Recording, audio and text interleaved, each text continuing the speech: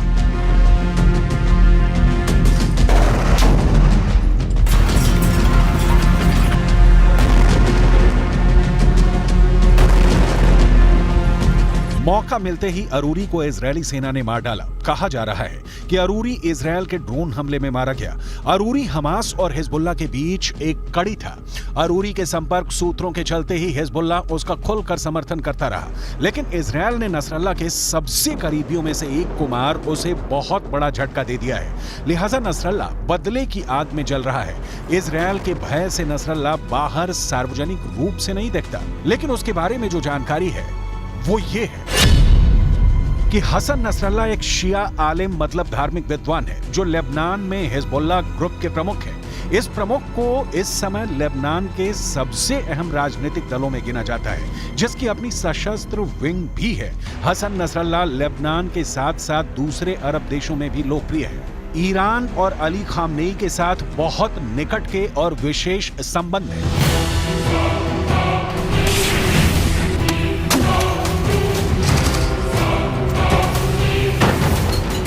Hezbollah को America की ओर से आतंकवादी संगठनों की सूची में शामिल किया गया है। हिजबुल्लाह का मकसद इजरायल की बर्बादी है। इजरायल भी हिजबुल्लाह को हमास से ज्यादा शक्तिशाली दुश्मन मानता है। यह भी क्लियर है कि बिना हिजबुल्लाह के सफाए के या किसी शांति समझौते के इजरायल चैन से नहीं जी पाएगा, क्योंकि हिजबुल्लाह इजरायल के खिलाफ हमले करने से बाज नहीं आएगा। हिजबुल्लाह के पास हथियारों का बहुत बड़ा भंडार है, जिसमें ऐसी मिसाइलें शामिल हैं जो इजरायली इलाकों में दूर तक हमला कर सकती हैं। इसके पास हजारों प्रशिक्षित लड़ाके हैं।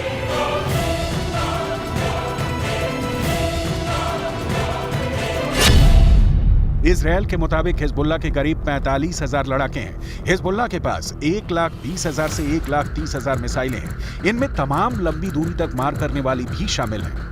इसके अलावा हिजबुल्लाह के पास एंटी टैंक हथियार, मानव रहित ड्रोन, एंटी शिप मिसाइलें और हवाई रक्षा प्रणाली मौजूद है।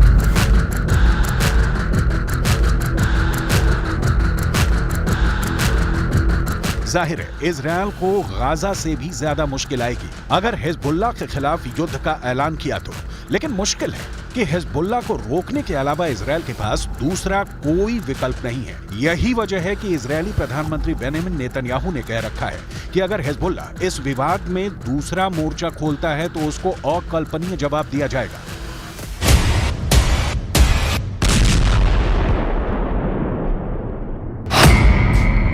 सवाल बनता है, तो क्या लेबनान के खिलाफ इजरायल जंग का ऐलान करने ही वाला है?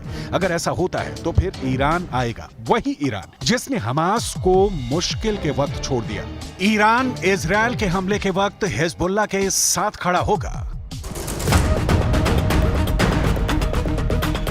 इन सवालों का जवाब एक लाइन में नहीं मिलेगा, क्योंकि पूरा अरब वर्ल्ड ऐसे ही हिजबुल्लाह, हमास और हूथी विद्रोहियों को इजरायल के खिलाफ उतारता रहा है। इजरायल के खिलाफ गोले और रॉकेट बरसाने वाले ये तीनों संगठन सिर्फ हथियारबंद संगठन नहीं है, बल्कि अरबों के इजरायल के खिलाफ विरोध का प्रतीक हैं। ईरान खुलेआम हिजबुल्लाह का समर्थन करता है, हूथी विद्रोहियों का साथ देता है, हमास को हथियारों की सप्लाई करता है। लिहाजा ये बात तो बहुत साफ है कि इजरायल को फाइनली ईरान से ही दो हाथ करना होगा, तभी इजरायल को सुकून मिलेगा। लेकिन ये भी ध्यान देने वाली बात है कि ईरान अब 70 के दशक वाला ईरान नहीं है। उसके पास भी कहा जाता है कि परमाणु बम है। अब ध्यान दीजिए कि हिजबुल्लाह के चक्कर में कैसे ईरान और इजरायल के बीच परमाणु युद्ध छिड़ सकता है। लेबनान और हिजबुल्लाह चीफ हसन नसरल्लाह के पास लड़ाके हैं, ईरान का समर्थन है, हथियार है, लेकिन गौर करने वाली बात है कि पूरा लेबनान हिजबुल्लाह के साथ नहीं है। पूर्ण युद्ध लेबनान के लिए विनाशकारी होगा और इसके लिए जनता का समर्थन बहुत कम है। इसका कारण है कि लेबनान वर्षों से अधिक संकट का शिकार है। राजनीतिक गतिरोध की वजह से उचित ढंग से काम करने वाली सरकार तक नहीं है। लेबनान की जनता पहले से गृह युद्ध, सशस्त्र गुटों के बीच आंतरिक लड़ाई, इजरायल के साथ संघर्ष और पड़ोसी सीरिया में युद्ध के चलते मुश्किलों से गुजरती रही है। 60 लाख की आबादी वाले इस देश के पास इजरायल सरीखे कुछ भी ऐसा नहीं है कि वो इजरायल और अमेरिका का एक साथ सामना कर सके। इजरायल से संघर्ष के बीच लेबनान के सैकड़ों लोग अपने घरों के अंदर रहने या बेरूत के दूसरे शहरों की ओर भागने के लिए मजबूर हुए हैं। लेकिन हिजबुल्लाह इस तरह के पलायन से इजरायल के खिलाफ हमला बंद नहीं करने वाला। लेबनान और इजरायल के बीच की दुश्मनी भी नई नहीं है। 2006 में हिजबुल्लाह ने 2 इजरायली सैनिकों को पकड़ लिया था। हिजबुल्लाह इसके बदले इजरायली कैद में बंद अपने लड़ाकों को छुड़वाना चाहता था, लेकिन इजरायल ने शर्त मानने की जगह हिजबुल्लाह के नेता हसन नसरल्लाह के घर पर बमबारी करके जवाब दिया। इसके बाद दोनों के बीच 34 दिनों तक युद्ध चला। इस जंग में 1100 लेबनानियों की मौत हुई, जबकि 165 इजरायली मारे गए थे। 7 अक्टूबर 2023 के हमले से पहले इजरायल लेबनान बॉर्डर करीब शांत ही रहा। कभी कभार लेबनान की तरफ से इजरायल में ड्रोन और रॉकेट से हमले होते रहे, जबकि इजरायल ने 2007 से 2022 तक 22,000 बार लेबनानी वायु सीमा का उल्लंघन किया है। इजरायल ने पहले से ही क्लियर कर रखा है कि हमास के आतंकी धरती के किसी भी कोने में छुपे होंगे, उनकी तलाश की जाएगी और उनका खात्मा किया जाएगा। अरूरी को बेरूत में घुसकर मारना इसी कड़ी में है। यही कारण है कि हमास के नेता कभी कतर, कभी ईरान तो कभी लेबनान में ठिकाने बदलकर अपनी जान बचा रहे हैं। दूसरी तरफ इजरायल की खुफिया एजेंसी मोसाद ने इन सारे नेताओं को ट्रैक करने के लिए अपनी टीमें लगा रखी हैं।